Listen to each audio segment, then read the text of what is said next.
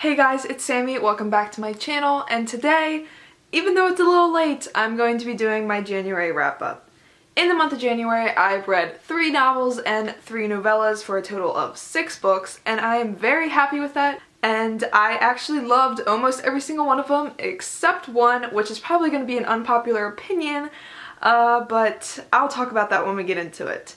And don't forget that at the end of this video, I'll be picking a slip out of my TBR jar. So without further ado, let's get into my January wrap-up. The first book that I finished in January was Gemina by Amy Kaufman and Jay Kristoff. I adored this book. I plan on making a review for this book coming soon. Hopefully it will be up within the next couple weeks. I thought the characters in this were so much better than the characters in Lemme. While the plot in this was a little more confusing than the one in Lemme, and this is the second book in the series, and the third book, I think the last book is in this trilogy, is coming out at the end of this year, probably in November or October, and I am so excited because I absolutely love this. If you didn't know, I will say it once again. This book is told in multimedia, so like chat logs, pictures, diagrams, stuff like that. And I was so surprised that I love this book. I was not expecting to like it more than Lemme, but I did, and I am so happy that I read it, and I'm so ready to watch all of these character stories come together in this last book, and I am so ready for it. So yeah, obviously I give this 5 stars. 10 out of 10 would recommend. If you guys haven't read Lemme yet, you need to read Lemme, and if you are waiting on reading the second one for reasons unknown to me, you have to get on it, because it's so good. Yes. And then the next book that I read in the month of January was City of Fallen Angels by Cassandra Clare. And I only gave it 3 stars, 3.5 stars if I'm being kind of generous, honestly. I didn't like this book, and it's so sad because the beginning was so promising to me. I thought that the concept it was setting up was really good, and I liked meeting all the new characters, but like the ending just fell flat for me, and I just wasn't the biggest fan of this book in general. I thought it was kind of unnecessary. I liked seeing all the characters, meeting all these new characters, finding out all these different plot lines and sub-stories, but then the actual like suspense of this, it just kind of fell flat. And I think it sets up the next book nicely, but I just don't know. I haven't rated a book in this series 3 stars since City of Bones, and the only reason I rated City of Bones that low was because the writing style was not that great, but the storyline itself was okay. But this one just...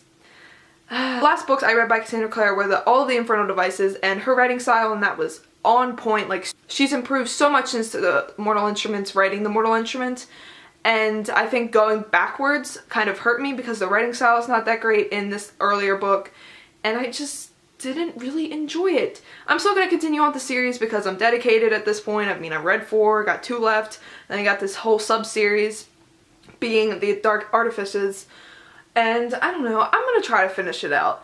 But the next book's really long. I heard it's a lot of people's favorite book though, but we shall see. Hopefully I'll get to it soon. I don't know though. And then the next book I read in January I absolutely adored, and that is The Raftnadaan by Renee Ahdieh. I gave this book 5 stars. I loved it to death. I loved the love in this romanticness in this. Oh my god, it was so on point. Like oh my gosh, it was so good. 10 out of 10 recommend this series. If you don't know, this is a 1001 Nights retelling. So basically it's really intense, and I know what you're thinking, like the love interest, like who could be the love interest? It better not be the murderous king, but like, guys, morally ambiguous main characters honestly just make my heart sing, and Shazi and Khalid in this are on point, and I cannot explain to you how much I adored this book. And I am currently reading the second one, and after I finish the second one I will be doing a series review of this. There is a scene in this that is kind of disturbing looking back on it, but it's really hard to explain, and I don't know if it's a spoiler, and I can't decide if it is or not, but I will talk more about it in my review. Overall, I still really enjoyed this book. Just this one scene in this book was kind of troubling, considering that it was very nonchalant and kind of thrown in. But yeah.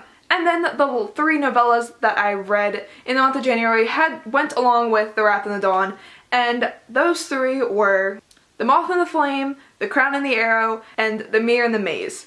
Overall, I really enjoyed all of them. The Moth and the Flame, I gave 3.5 stars. It was the longest of the three. It was about 30 or so ebook pages. And then The Crown and the Arrow was maybe like 6 or 7 ebook pages, and I gave that one 4 stars.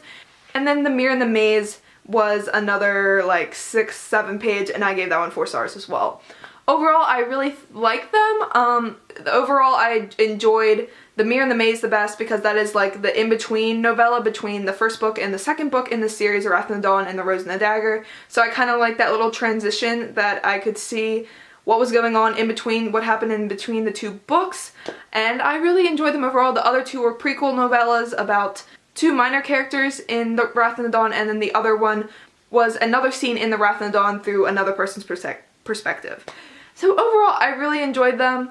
They were really short, and I kind of felt bad adding them to my Goodreads goal, but overall, I really liked them, so how can I complain? Okay guys, so that is it for my wrap up. So now I'm going to be doing my TBR jar. And if you have noticed, the Shadow and Bone was not in this wrap up, so I failed on my first month, but I think it was still fun to pick out the name, and I'm definitely going to be reading Shadow and Bone very soon. After I finish The Rose and the Dagger, I plan on picking up the rest of the Mortal Instruments, and then after I finish the Mortal Instruments, I plan to pick up Shadow and Bone, and then Crooked Kingdom and Six of Crows, and that whole Grisha universe, because I've heard some very good things about some people in this series, and I am so ready for it. But anyway, let's pick out a book out of my little TBR jar here.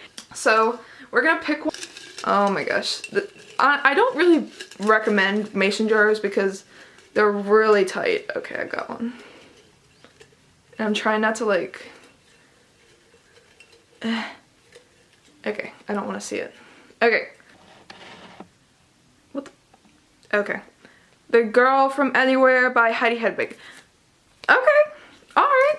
Here is that book. I actually run this in a giveaway on Twitter. It was for a diversity sort of giveaway, and I'm really excited to read this. I really enjoyed The Raftnadaan, which is another diverse book, and I'm really excited to read more diversely, so I really should hop on this. So I have a map in here, and I also have a signed bookmark from Heidi. I'm really excited. I know this has very mixed reviews. I know some people might, I think, have said it was kind of boring, but I'm excited to read it, and I know that the second book is coming out really soon if it's not already out, which is The Ship Beyond Time, maybe? Maybe that's right, maybe it's not. I don't know. But I'm really excited, so hopefully I will get to this, and we'll see in my February wrap-up if I got to it. Alright guys, so that is officially it for this video.